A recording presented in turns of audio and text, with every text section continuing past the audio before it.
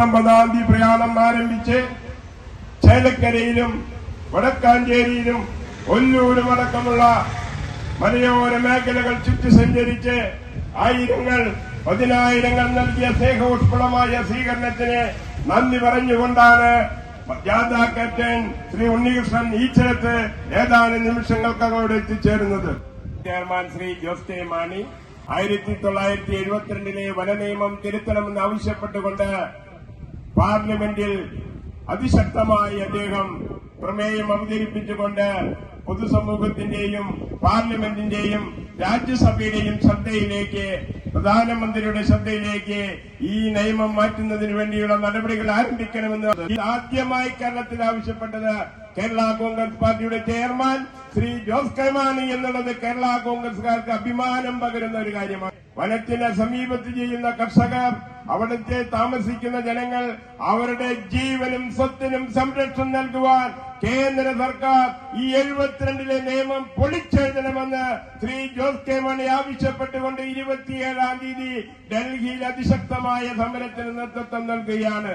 അങ്ങനെ നടത്തുന്ന പാർട്ടിയുടെ chairman Shri Jose K Mani MP നടത്തുന്ന സമരത്തിന്റെ പ്രചരണാർത്ഥമാണ് കേരളത്തിലെ എല്ലാ ജില്ലകളിലും ഈ സന്ദേശവുമായി, ഈ ജാഥയുമായി മുന്നോട്ട് പോകും. ജനങ്ങളുടെ ജീവന് പന്താടുന്ന കാടൻ നിയമമാണ്.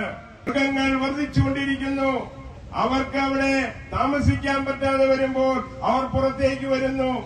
അങ്ങനെ പുറത്തേക്ക് വരുന്ന വന്യജീവികളെ കശാപ്പ് ചെയ്യണം, വെടിവെച്ച് കൊല്ലണമെന്ന് ആദ്യമായി ആവശ്യപ്പെട്ടത് ശ്രീ ജോസ് കെ മാണിയാണ്.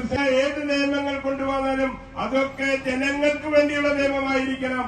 ഇത് ജനങ്ങളുടെ ജീവന് പോലും നഷ്ടപ്പെടുത്തുന്ന രീതിയിലേക്ക് നിയമം നിലനിൽക്കുമ്പോൾ ആ നിയമം പൊളിച്ചെഴുതേണ്ടത് കാലഘട്ടത്തിന്റെ ആവശ്യമാണ് എന്ന് ശ്രീ ജോസ് കെ മാണി ആവശ്യപ്പെട്ടുവെങ്കിൽ കർഷകർക്ക് വേണ്ടി പോരാടിയിട്ടുള്ളത് ശ്രീ KM മാണി സാറും ശ്രീ ജോസ് കെ മാണിയും ശ്രീ കേരള കോൺഗ്രസ് മാത്രമാണ് എന്ന് പറയാൻ ഞാൻ ആഗ്രഹിക്കുക. അതുകൊണ്ട് പുതുക്കാട് നിയോജകമണ്ഡലത്തിൽ നിന്ന് ആരംഭിക്കുന്ന ഈ മലയോര ജാഥ ഔപചാരികമായി ഉദ്ഘാടനം ചെയ്തതായി അറിയിച്ചുകൊണ്ട് നിർത്തുന്നു. നമസ്കാരം.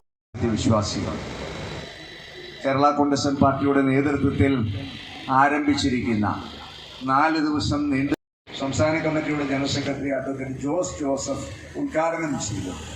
ഈ മലയോര ജാഥയുടെ ഉദ്ഘാടനം കോട്ടയം ജില്ലയിലെ പൂഞ്ഞാർ നിയോജകമണ്ഡലത്തിൽ നിന്നുള്ള പാർട്ടിയുടെ അഭിമാനമായ Shri advocate Sebastian Kulathinkal March മാസം 19 തീയതി തൃശ്ശൂർ കോർപ്പറേഷൻ ഓഫീസിന് മുമ്പിൽ വെച്ച്, തൃശ്ശൂർ നഗരത്തിൽ വെച്ച് ഉദ്ഘാടനം ചെയ്യുകയുണ്ടായി. നിങ്ങളെ സംബന്ധിച്ച് എനിക്ക് മുമ്പ് സംസാരിച്ച ബഹുമാന്യരായ നേതാക്കളൊക്കെ നിങ്ങളോട് സംസാരിച്ചിട്ടുണ്ട്. പാർട്ടി ഏറ്റെടുത്തിരിക്കുന്ന ഈ ദൗത്യം കേരളം ഇന്ന് അഭിമുഖീകരിക്കുന്ന ഏറ്റവും ഗൗരവമായ ഒരു പ്രശ്നമാണ്. വന്യജീവി ആക്രമണങ്ങളിൽ വിലപ്പെട്ട മനുഷ്യജീവനുകൾ നഷ്ടപ്പെടുന്നു, കൃഷി നശിപ്പിക്കപ്പെടുന്നു. വന്യജീവികൾ കേരളത്തിലെ സാമൂഹ്യ സുരക്ഷയ്ക്ക് വലിയ ഭീഷണിയായി മാറിയിരിക്കുന്നു. വന്യജീവികൾ വനത്തിൽ നിന്നും കൂട്ടമായി ജനവാസ കേന്ദ്രങ്ങളിലേക്ക് ഇറങ്ങി വന്ന് ജനങ്ങളെ ആക്രമിക്കുന്ന ഒരു സാഹചര്യമാണ് ഇന്ന് സംസ്ഥാനത്ത് നിലവിലുള്ളത്. നമ്മുടെ തൃശ്ശൂർ ജില്ലയിൽ 13 അസംബ്ലി നിയോജകമണ്ഡലങ്ങളാണുള്ളത്. അതിൽ 5 അസംബ്ലി നിയോജകമണ്ഡലങ്ങൾ മലയോര മേഖലയുമായി അതിർത്തി പങ്കിടുന്ന അസംബ്ലി നിയോജകമണ്ഡലം. വനത്തിൽ നിന്നും ഇറങ്ങി വരുന്ന വന്യജീവികൾ മനുഷ്യരെ ആക്രമിക്കുന്നു, കാർഷിക വിളകൾ വ്യാപകമായി നശിപ്പിക്കുന്നു.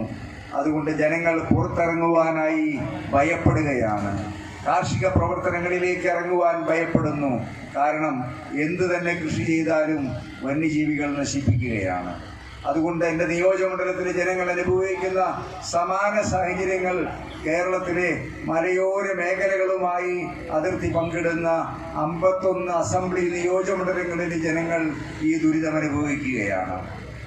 ഗവൺമെൻറ് ഈ പ്രമേയം അംഗീകരിച്ച് കേന്ദ്ര ഗവൺമെന്റിനോട് വന്യജീവി ആക്രമണങ്ങൾക്കെതിരെ ഫലപ്രദമായ നടപടികൾ സ്വീകരിക്കുവാൻ സംസ്ഥാന ഗവൺമെന്റിന് അധികാരം നൽകാത്ത 1972 കേന്ദ്ര വന്യജീവി സംരക്ഷണ നിയമം ഭേദഗതി ചെയ്യുവാൻ കേന്ദ്ര സർക്കാരിനോട് ആവശ്യപ്പെട്ടുകൊണ്ടാണ് അദ്ദേഹം കേരള നിയമസഭയിൽ പ്രമേയം അവതരിപ്പിച്ചത്.